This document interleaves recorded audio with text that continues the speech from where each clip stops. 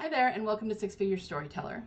Today I'm going to give you a rundown of my 10 universal plot points that can craft any story.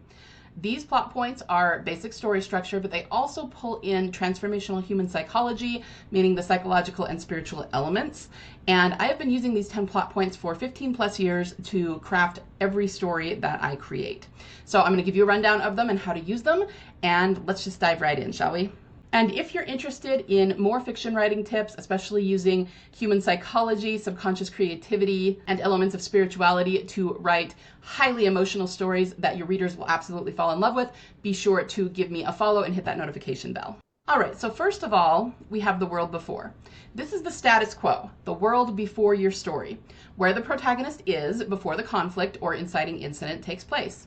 Generally, the protagonist is living a relatively mundane life, or one with which they are content. Now, there is always something about their life that is not optimal. Might be big or small, but they are tolerating it, being content, and not taking any action to change it or alleviate the problem. Then we have the intro of conflict. Now, this is the thing, try that again.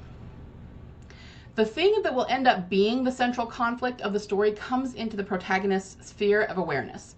This could possibly change the status quo, and it will, but it hasn't yet. This can be a new person, new government, new friend, new love interest, change of situation, or even just the information the protagonist did not have before. The character learns about and absorbs this new thing, but does not take any sort of action that will change their day-to-day lives yet. So this is not the inciting incident. This is just them getting some information, kind of learning something about what will eventually become the inciting incident, right? So then we have the call to adventure. This is what your inciting incident is. I call it the call to adventure. This is something drastic that happens that kicks off the protagonist's adventure. This should be something they are forced to take action on, even if they don't want to, and it is going to upend their world in a big way. So then we move forward to the early story escalation.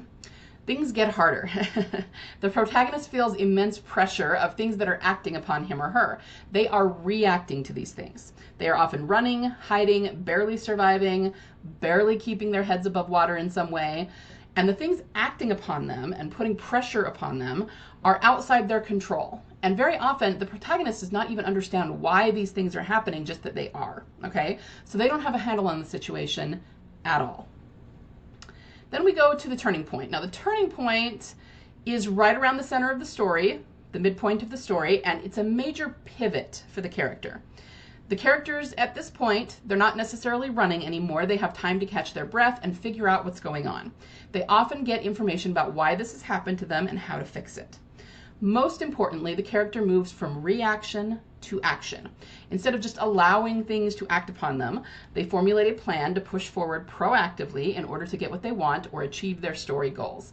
So for the first half of the story, they're very much, as I said, running, hiding, things are acting upon them, and they're just doing the best they can to push back and react, but they're not being very intentional.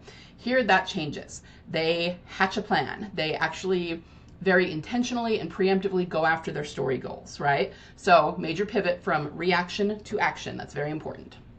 If you have a great idea for a story premise, but you don't know where you're going with it, if you're having a really hard time filling in plot events or finishing your current WIP, or if you're constantly worried that your story is boring or dragging or that your readers won't like it, then I encourage you to join the legendary Fiction Forge, my monthly membership for fiction authors. Inside, I will give you the complete A to Z blueprint for how to write highly emotional stories that your readers will absolutely fall in love with, no matter what your genre or tropes are. Want to become a widely read, highly paid master storyteller? Then join us in the legendary Fiction Forge and finally get that epic story that's been knocking around in your brain forever out to the world. Then we go to the late story escalation, which is going to be in the third act, or around the 3/4, between the half and the 3/4 mark. This is where things become far worse. Our poor characters, right? Once the protagonist is charging forward toward their story goals, other forces in their world will start pushing back. This can come from enemies, but also from weather, bad luck, anything else in their world. And the late story escalation should be much more dire than the early story escalation. It should be emotionally devastating for the protagonist. This can look like someone dying, battles lost, villains getting a big win, disappointing or disheartening news. It can be a breakup, something from the past showing up to bite them in the butt. You get the idea, okay? But again, the biggest thing here is that it needs to be emotionally devastating for the protagonist. Then we have the climactic face-off, otherwise known as just the climax of the story.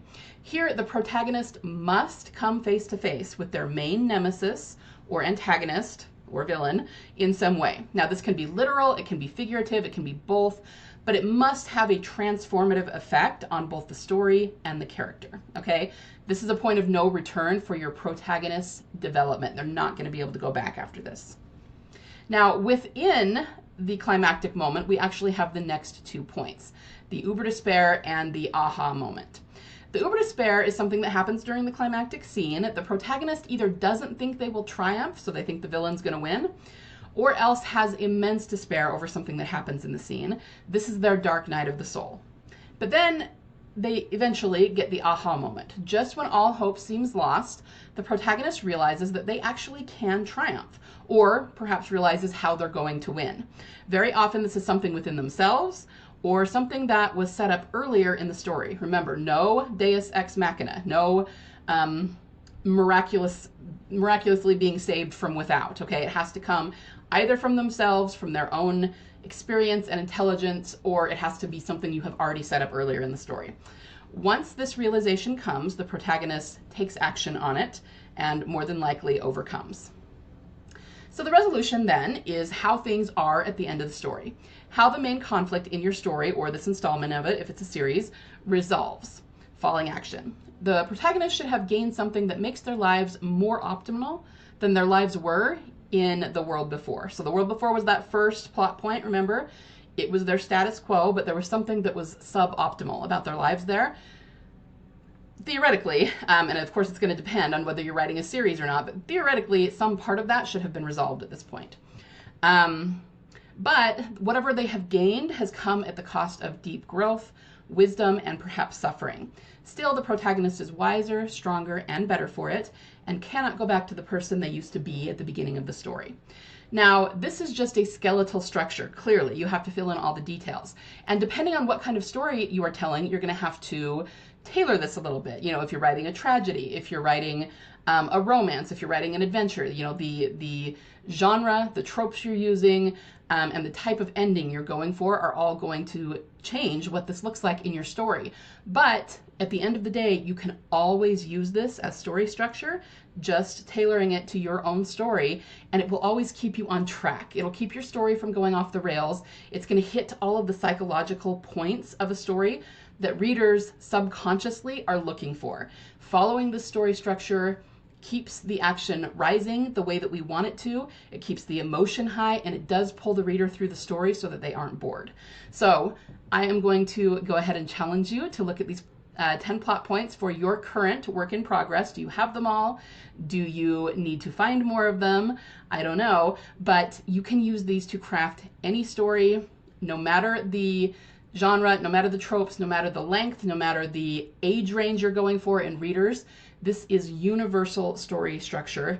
It is the psychology of the way human beings absorb story. So it is universal and will apply to anything. If the psychology and spirituality of story structure interests you, go ahead and follow me and hit that notification bell so that you don't miss any of the deconstructions that I do. I'm going to start deconstructing films and books and really popular stories so that you can see these 10 plot points in action. See you soon.